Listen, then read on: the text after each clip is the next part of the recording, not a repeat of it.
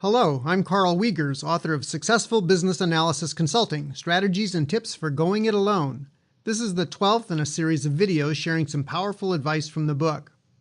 I've had a few opportunities in my career as an independent consultant to partner with another consultant on a project that wasn't right for me to handle alone. It was a pleasant change from doing all of my work solo.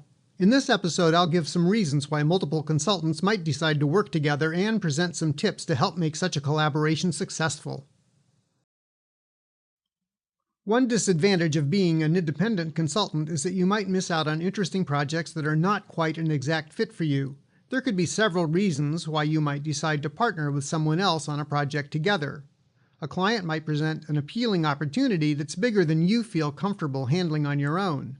Another client could have a project that's a fairly good match for your skills, but you know someone else who could handle a portion of the work better. A client job might require specialized certifications, licenses, or insurance that you don't have, but perhaps you know another consultant who does.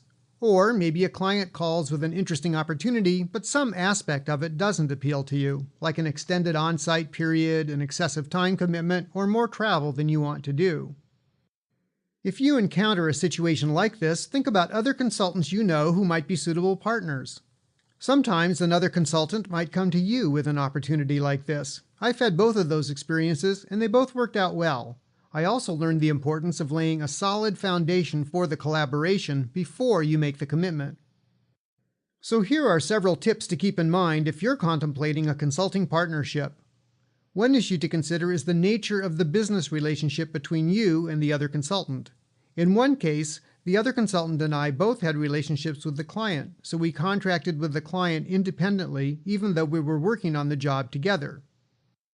In a second case, a colleague named Linda approached me with an opportunity to work with her on a job for a county government. As she was already an established consultant with them, she hired me as a subcontractor to her company. So she paid me, the ultimate client did not. Linda and I had a written contract, so we agreed on payment terms, timing, and so on. No matter what kind of business connection you and the other consultant have, it's very important that you agree on the scope of the work for each of you and your responsibilities to each other and to the client. I recommend writing a formal agreement that you both sign. In the county government project, Linda hired me because I already had a lot of experience developing training and process materials, so I took the lead on that part of the work. She contributed portions of the processes and carefully reviewed and improved what I created. The two of you should plan from the outset on just how you will work together, particularly if you're geographically separated. The time you spend laying this foundation can prevent friction later on. Consider how you will exchange and manage versions of documents and how to communicate, track status, and resolve issues. Make clear who is responsible for assembling the final package of deliverables and handing it off to the client. It's also worth considering how you would handle a situation where one of you has to drop out of the partnership for some reason. Another topic worth exploring at the outset is the ownership of any intellectual property you develop during the collaboration. This could be document templates, presentation slides, white papers, or guidance documents on specific topics, and the like. The client owns any IP that's considered to be a work for hire, which they paid you to create.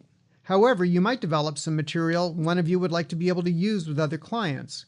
You and your partner should agree on who would hold the copyright to such items and who would pay for the time to create them. Check out the other videos in this series for more tips drawn from my book, Successful Business Analysis Consulting. The book contains a lot more information about each of these topics. Even if you're not a business analyst, and even if you're not now an independent consultant or planning to be one, you'll find a lot of useful information here.